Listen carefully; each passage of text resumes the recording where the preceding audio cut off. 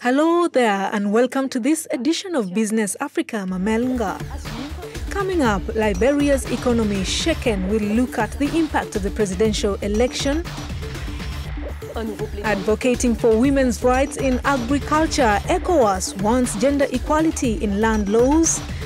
And patchouli, Burundi's new wonder plant that is now being grown widely for business. From the drop of iron ore and rubber prices to recovery from the Ebola outbreak, Liberia's economy has taken the plunge, and the postponement of the presidential runoff only increases the uncertainty there. William Bahia and Ignatius Ano have more. Political uncertainty in Liberia is taking a toll on economic activities. The country's businesses are suffering from the postponement of the second round of the presidential election. Residents are also reluctant to spend their money. Most people are afraid. People are thinking that the election, maybe it will go somehow with riot or problem in the country because of the situation, going to court, seeing other people getting that kind of feedback concerning the election process. So many people are seeing it different. I will go the other right. So they're keeping their money just in case of anything to sustain their family. Despite 12 years of relative peace, Liberia is in dire need of investors to rebound from a recession largely caused by the Ebola outbreak in 2014. When elections time is coming about, those who have investment intentions, they want to know who in the world is coming along the road. They want to know whether that person is not going to introduce a policy that interferes with my investment or maybe even undo them in some part.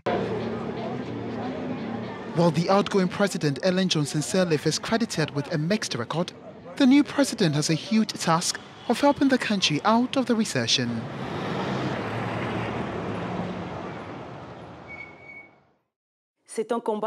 Gender equality is a conversation that has been going on for years, and the fight is now narrowing down to the farm, where women are making progress despite challenges faced. Oxfam International, that focuses on alleviating poverty, wants more women accessing land.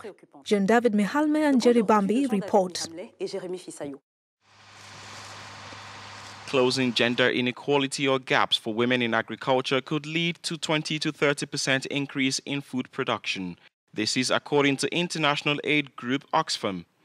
But despite the widespread recognition of their contribution to food security, women are said to continue to face multiple discrimination.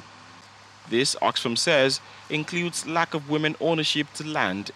For any woman in the continent, their focus is their children, feeding their children and their families. And these investments are supposed to facilitate that. But if you followed through the conversation, a lot of our countries don't benefit from these investments. Women are usually not involved in consultation processes. So that means that their land needs and the land rights are not visible and are not secured. So as a result of this, they tend to be hardest hit. According to Oxfam, a gender-based community tool can address the problems. Agriculture accounts for 1/3 of gross domestic product GDP growth rates in Africa.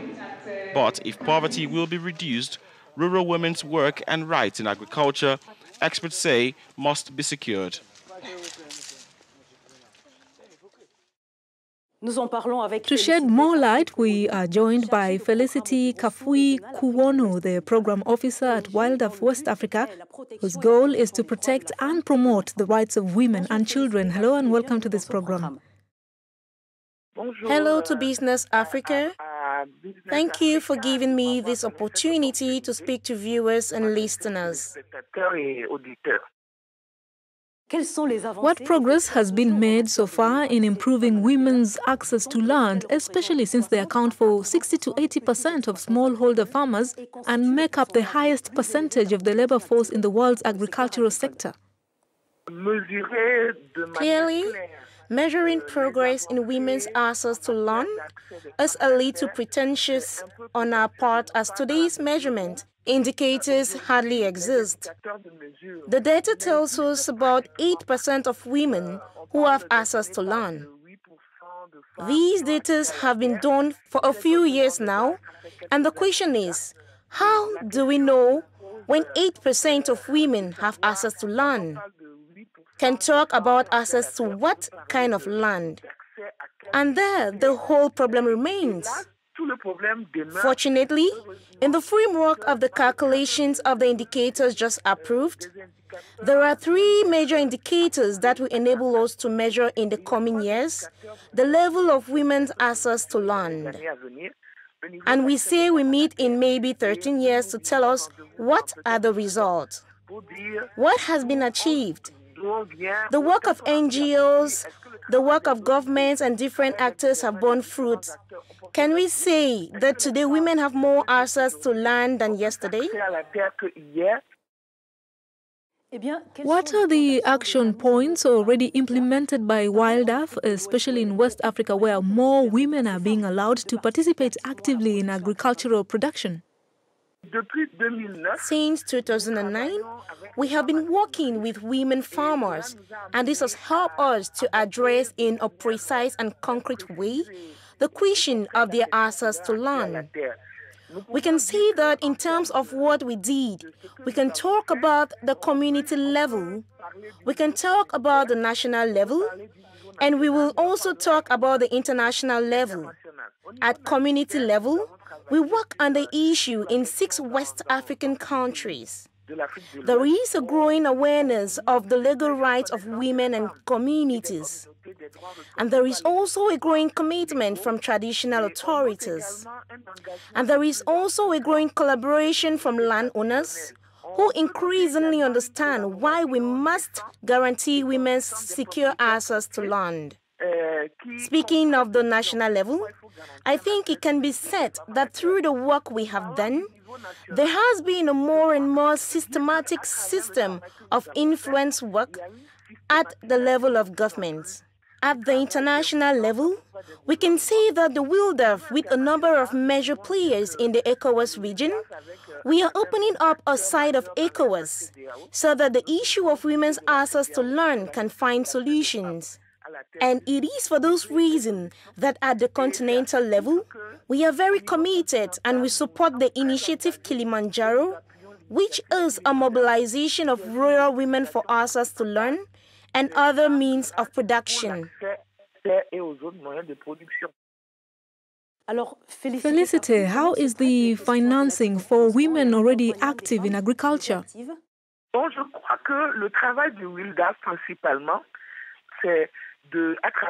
Well, I think WildAF's work mainly is through advocacy to teach women who are organized either in a cooperative that works with our national network, to teach them on how to advocate.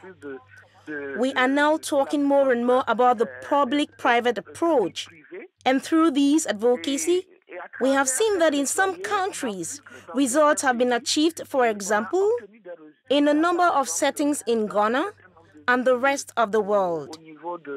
Burkina Faso and even Benin, where certain financial institutions have been able to set up specific lines that allow the small producers to have access to credit to develop their agricultural production.